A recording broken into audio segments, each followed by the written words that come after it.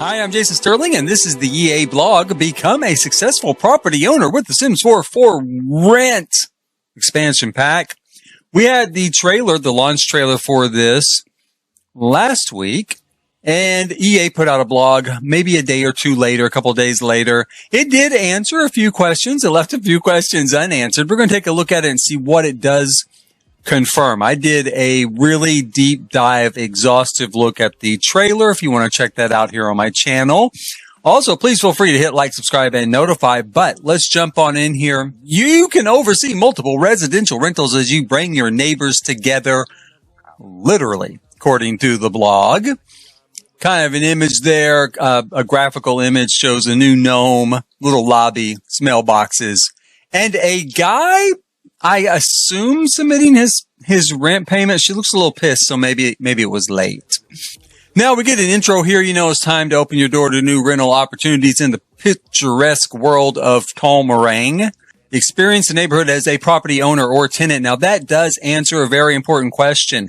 Yes, you can live in these new rentals as a tenant. I think there was a big question. Hey, can you build a multifamily unit? Can you build an apartment unit and then just move your sim in as a tenant? Or do you have to own it to live there? This does seem to confirm that, yeah, you can experience the neighborhood as a tenant in just a multifamily build that you have built, but you don't own. Goes on to talk about dealing with unruly neighbors, fixing utilities, creating a community, and you can manage multiple residential rentals. Now, it doesn't say how many. Like, I want to own every single one of them in every single world throughout the entire game. This is going to be my challenge. If it's possible, I want to own everything, you know, be the Lord God King of everything in The Sims. But you can at least own multiple units. We'll see how many you get to actually own, I guess, coming up. Apparently, you can also build a variety of these dwellings. So pretty much anything that is going to be a multifamily type of dwelling, whether it is a basement apartment, maybe a granny flat, townhomes, duplexes, apartments, etc., you can build and in some fashion mark them off so that they are each individual units within the larger structure on a single lot. It starts to go into a little bit of the drama, of course, that living in close quarters can bring a community together or drive it apart. Now, answer the door and get ready to discover the drama at your doorstep. We'll take a look here. Welcome to Tomarang. Now, this is the bustling city of Tomarang, a scenic world nestled in a lush tropical landscape and a vibrant city skyline. Now, let me tell you real quick, I do not overly enjoy this new world, the way they've executed it based on the first trailer we got. Yes, it has a vibrant city skyline. That is not the same thing as being a vibrant city. So Tomarang feels like just another small town to me. And this almost seems to confirm that because it does not refer to Tomarang as a vibrant city, just that it has a vibrant city skyline. Now, it's supposed to be inspired by a unique blend of tradition and modernity. Sims can immerse themselves in this Southeast Asian inspired world and discover various new exciting community activities. To reflect elements of the Southeast Asian culture, the Sims team proudly collaborated with Jason Chu, an Asian American rapper, social justice advocate, and cultural expert with family roots in Southeast Asia. Okay, let's talk about that for a second. First off, I would say so far, like Tomarang, nothing about it really strikes me as Southeast Asia. That was part of my problem with it. It didn't feel very authentic. The other thing is, Jason Chu here, whoever he may be, I'm going to look him up here in a second. Whoever he may be is an Asian American rapper. Okay, an Asian American rapper implies that he was born here in the United States. He is, in fact, an American just with an Asian family roots, right? His family moved from Asia, somewhere in Asia, to the United States. That's fine, but I do have to ask, and I do have to wonder, was there nobody that actually lives in Asia? Like, say, Southeast Asia? Like, say, Bangkok or Singapore or someplace like that could consult on this? Because this guy, as a choice, feels a lot like he needs some PR, and maybe he'll appeal to people who play The Sims who are aware of who he is. So let's bring it together more for marketing than a true collaboration for, hey, let's make sure this is culturally significant, culturally sensitive, culturally correct. Now, that said, when your sim needs a break from the hustle and bustle of a big city, they can relax in the green haven of the botanical gardens, visit an animal sanctuary, or leave incense or fruit offerings at the spirit house, while child sims can play hopscotch and marbles in the park. So many things in that one sentence that I love, but also on the other side, things that really kind of do raise a lot of questions, because here's the thing right now. First of all, we don't have a big city. Domarang looks like a pretty small place from what we can see so far. So they're saying the hustle and bustle of a big city. So maybe, we've only seen a small part in the trailers. Does this mean there is a bigger, more sort of urban neighborhood somewhere along there? Maybe. That's an awful lot of hope, and that's a question that is unanswered. The other question that's unanswered is, what exactly is going to be this botanical garden? Again, I have some real clear ideas in my head of what a botanical garden is. Will it be that in The Sims? I do not know. What I do know is it's probably just going to be a park. It's probably going to be a park, but hopefully we can actually visit there and do things there, because the next thing, visiting an animal sanctuary, I just am real worried about that. We don't have hardly any animals in the game. I don't see them creating a lot of skins and animations for animals within a sort of animal sanctuary environment. I think it's going to be a rabbit hole. EA Marketing has a big habit of presenting things that are just rabbit holes and really aren't gameplay, and there's really not much to it, like, say, a movie theater in San Sequoia as an actual feature. And while it is a feature of a sort, and yes, while it is something your sim can go inside, all they do is disappear. They're gone for X amount of time. In the case of the movie theater, if they have a baby or a toddler with them, they're going to just throw that thing on the ground in the gutter. That's what my Sims did. Dropped that baby in the gutter and went on into the theater and left them sitting out there for the whole city to take advantage of. But that's what I think is going to happen with this animal sanctuary. It's just going to be a rabbit hole. I hope I'm wrong. I could be wrong. It's not impossible to do it, but I doubt it. I think it's going to be just a rabbit hole. You go inside, X amount of time passes, and you come out with some sort of moodlet. But that's the best we're going to hope for there, so I'm discounting that, not even counting on it. We do know we can leave incense and fruit, though, offerings at the Spirit House. We've kind of seen that in the trailer. We saw a guy making an offering at an altar. I love that. That is fantastic. That is in keeping completely with culture, say, in Thailand. So that is wonderful, as is children Sims being able to play hopscotch and marbles in the park. What isn't wonderful is it does imply it's just children that can do it. I'd like to see adults be able to play with them. Hopscotch is something an adult can play. I played marbles with my son in various ways when he was a kid. That was very common. Now, if adults can't do it, that's a little disappointing, but at least child Sims can. I'm super, super happy. They've got 2 new activities, and really new activities with this pack, which is almost unbelievable and unheard of. So that's super cool. Then we can just kind of have a reiteration of this sort of multifamily builds we can do, and that there will be drama because they'll be into everybody's business. Yes, we know that from the trailer. Obviously confirmed, right? You can break and enter to snoop around. I do still have a question. Can we break and enter and steal things from their home?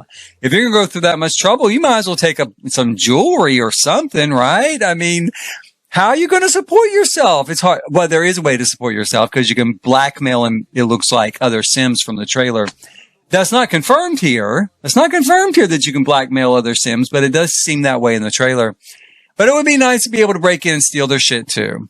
Now, one thing that also is brought into focus here with this pack are night markets for an evening stroll. Also very, very much in the vein of the culture of Southeast Asia, or at least Thailand, because that's what I've been researching and exploring. Night markets are very popular. Great to see it here. You can go eat, do a little shopping, hang out with some Sims. They've got a whole list of new dishes that you can try. And then like normal, of course, when you try a dish, you can normally then make it at home. So no real surprises there. I don't think there's any real surprises in the night market. It is a nicely developed looking area, but I think it's going to be essentially a festival. Now, it may be that it goes on all the time. It should go on pretty much every single night. So no matter when you go to this town, it should be going on, but it's going to just be basically a reskin sort of festival feel. It'll be fun. It'll be a great new storytelling device. We get here into the new type of lot in town, which of course we already know is multifamily housing. There's not a lot of new here in this particular blog that we didn't see in the trailer, because the trailer was really focused on that. One thing that is very interesting here is it says versatile wooden window shades. I would love to think that versatile means they can open and close, right? I don't think that is a question I have, though, just based on the way they write this stuff. Now, that's a problem with marketing, especially with gaming, is that they write stuff to make it seem like what they know you want, but they didn't actually say that, right? We can build homes on stilts, though, which we can already do now. We can build a house on stilts, whether it's on a lot or out over the water in Sulani. It does give the impression, again, that you're going to be able to build these homes, in quotes, near scenic beaches. That does not mean on the beach. That does not mean out over the water. That says near scenic beaches, which again would be like any other sort of lot we have now. We can already do that. And a couple of new community events, potluck and pool parties. I'd be real curious if these are going to be events that are only geared towards this new rental lot type, because are you going to be able to have a pool party just at your house if you have a single family home? Are you going to be able to have a potluck at a traditional apartment in San Myshuno? Those are the things I'm kind of curious with that statement. Or, is it a community-wide event where you can do it on any lot, maybe even at a park or something? Or is it just tied to this new residential rental multifamily lot type? Okay, and as property owners, we already know we can live amongst our tenants or maintain a separate residence, right? We have to keep them happy. We have to watch out for things just like in San Myshuno, like insect infestations, but a new one also, mold. Now, that is kind of not Southeast Asia. That is a tropical environment problem, not just Southeast Asia. Anywhere you're going to be in the tropics because of all the moisture, you're going to have a mold problem. And ironically, we have a little bit of a mold problem where I live in Oklahoma. It is not unusual to get mold on the outside of houses because we have so much humidity here. So that is something you have to watch out for. It can kill you in The Sims, quite literally. But more important than that, we have 4 new aspirations coming and 5 new traits coming and a new fear. The fear is the fear of being evicted, right? So obviously that means if you are a tenant somewhere, you could have that fear of being evicted due to misbehavior. I would think it's not just a fear for your tenants, although it does kind of give that impression because it's like, don't worry, you can always give someone a second chance, right? So is eviction something that only you can implement as an active landlord, or is it something that can happen to you as a tenant? If I'm a tenant and I'm being bad and other tenants complain about my stereo or what have you, can a non-playing, character, an NPC landlord, come over and say, hey, you got to cut it out or I'm going to kick you out of this house and you're literally going to have to look around for someplace else to live? That's a big question I have there. It's kind of weird the way it's written because, again, a fear is something normally your sim is going to have. So as a tenant, you would be afraid of that. As a property owner, you can do visits and inspections. That's kind of cool. I kind of like that. Surprise visits, surprise inspections. You do sometimes get those kind of Karen property owners that might act like that, right? You have to keep things fixed. You have to fix the water heater. You have to fix the fuse box. Again, kind of stuff like you have in San Myshuno with apartments, and shore up any broken objects. So I guess if you get there and they've broken something, I don't know what, we'll have to wait and see. Maybe a refrigerator or a stove. You either are going to have to call somebody to fix it or fix it yourself. I hope you can actually call someone. I say that. It does not say to call someone in this particular blog, but the trailer did give the impression that the owner had called an electrician. Get into the actual aspirations, though. We have things like Seeker of Secrets, which I did expect that based on the trailer. I said snooper, being the snooper in your building, you're probably going to have an aspiration to snoop on people. So you've got that. You've got the 5-star property owner, which I particularly like. I love the idea of maybe taking a rundown building and then kind of slowly over time redeveloping it into a 5-star type of place to live, right? So I love that. I want to see how that works. We have the local font of Tomorani Knowledge. I think that's going to be a little bit like City Dweller in San Myshuno, where you just kind of go out and learn about where you live, learn about the different places. It's going to be like, visit the botanical garden 3 times type of stuff. But that's probably what that is, most likely, I think. And then Discerning Dweller, who is the best neighbor and the best tenant ever. That's who I want living in my buildings. All discerning dwellers. But I guess if you're going to be a tenant, you can also choose that as an aspiration. But I will say this, usually that person, like when you live in an apartment and you've got that person who's like always super nice and always in a good mood and always like upbeat, and that's the one that gets on your nerves. Right? I mean, that's the one you want to kind of strangle at some point because you're like, God damn, I came back and told you what a rotten day I'm having, not to get the flip side of how it's good. How I should turn it on its head and make every day a rainbow. I don't want that. I wanted some sympathy and a bottle of vodka. That's what I'm here for, okay? Not to get another ray of sunshine. So anyway, I digress. Let me drop that off. But that's kind of what I think about that particular discerning tenant there. And we have 5 new traits. Again, I figured the sort of snooper person would be both an aspiration and a trait. And we do have that. We have nosy, but we also have generous, cringe. Yeah, mold in the bathroom is going to make some Sims cringe, right? Child of the village, which again sounds an awful lot like the font of Tomorani Knowledge, right? It's going to be kind of like a city dweller type of trait.